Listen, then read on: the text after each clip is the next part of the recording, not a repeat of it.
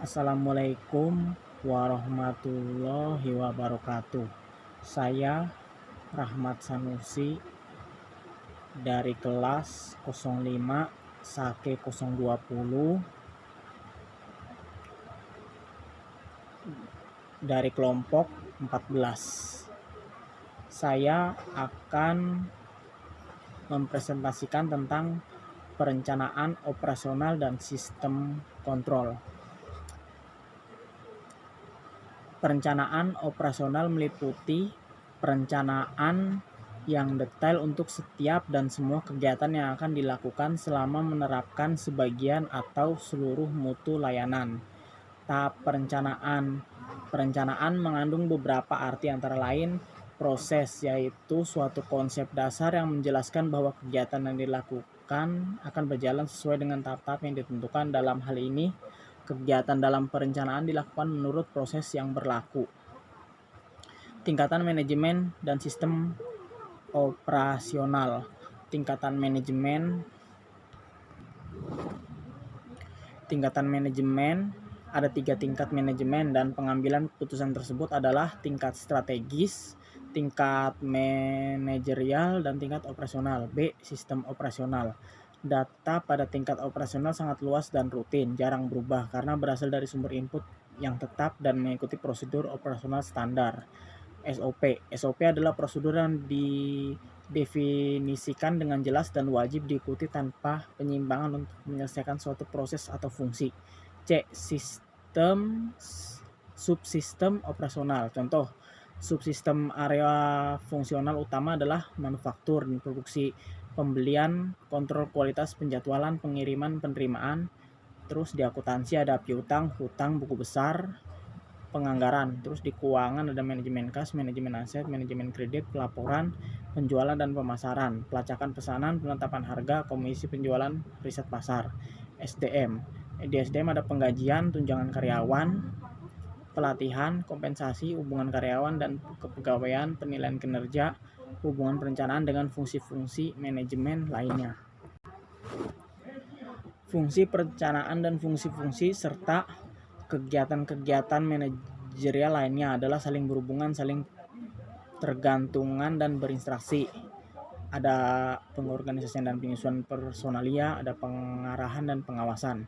Pentingnya suatu perencanaan. Perencanaan sangat penting dan perlu untuk setiap usaha mencapai tujuan. Alasan ini didasarkan pada suatu pandangan bahwa kondisi masa depan tidaklah pasti. Banyak faktor yang mempengaruhi pentingnya pembuatan suatu perencanaan, antara lain perubahan ekonomi, kemajuan teknologi, perubahan iklim, perubahan selera konsumen, gejolak politik, dan sistem keamanan yang tidak terjamin, memberikan banyak tantangan yang harus dihadapi walaupun penuh dengan resiko. Assalamualaikum, halo semua, saya Nurkolis Mahsi dari Prodi S1 Akuntansi kelas 05 Sake 020. Saya ingin melanjutkan presentasi pertemuan 14 mengenai perencanaan operasional dan sistem kontrol. Sistem kontrol atau sistem kendali merupakan sistem yang telah lama dimanfaatkan oleh manusia untuk menjaga, memerintah, dan mengatur suatu sistem tetap berjalan semestinya. Tujuan utama dari suatu sistem pengendali adalah untuk mendapatkan kondisi kerja yang optimal pada suatu sistem yang dirancang. Namun, di era globalisasi sekarang ini, semakin pesatnya perkembangan ilmu pengetahuan dan teknologi di dunia, maka sistem kontrol semakin canggih, yaitu sebagai sistem penjualan dan pemasaran, yaitu sistem yang mendukung riset pasar, mendapatkan produk dan layanan kepada pelanggan, dan menanggapi kebutuhan pelanggan. Ada pula data-driven marketing, yaitu sistem informasi pemasaran lebih dari sekadar sistem pengumpulan data atau sekumpulan teknologi informasi. Fokusnya pada pemasaran berbasis fakta dan data-driven.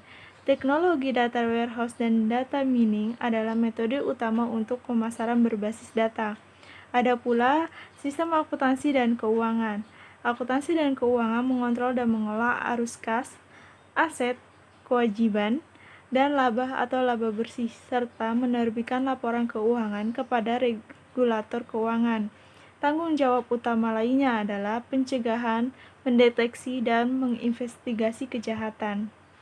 Menurut Romain, tahun 2006, tujuan audit sistem informasi adalah untuk meninjau dan mengevaluasi pengendalian internal yang melindungi sistem. Ada 6 tujuan audit sistem informasi. Salah satunya adalah 1. Syarat atau ketentuan keamanan yang melindungi peralatan komputer, program komunikasi, dan data akses, modifikasi atau perusak yang tidak sah. Kedua, pengembangan dan akuisisi program dilakukan sesuai dengan otoritas umum dan khusus dari manajemen. 3. Modifikasi program memiliki otorisasi dan persetujuan manajemen. 4.